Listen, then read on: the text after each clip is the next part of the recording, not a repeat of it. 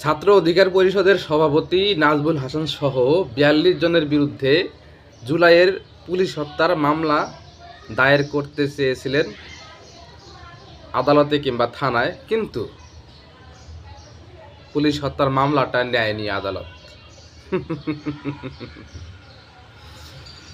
যদি জুলাইয়ের আন্দোলনের পুলিশ হত্যার বিচার করতেই হয়, তাহলে ৭১-এর রাজাকার হত্যার বিচারও করতে হবে। রাজাকার হত্যা করেছিল কারা? মুক্তিযোদ্ধারা। আর ২৪-এ পুলিশ হত্যা করেছে কারা? ২৪-এর বিপ্লবীরা। বিপ্লবীদের বিচার করতে চান? বাঘের ল্যাংচা দিয়ে কান চুলকায়েন না। শনির দশা আসতে সময় লাগবে না। বুঝতে পারলেন কিনা?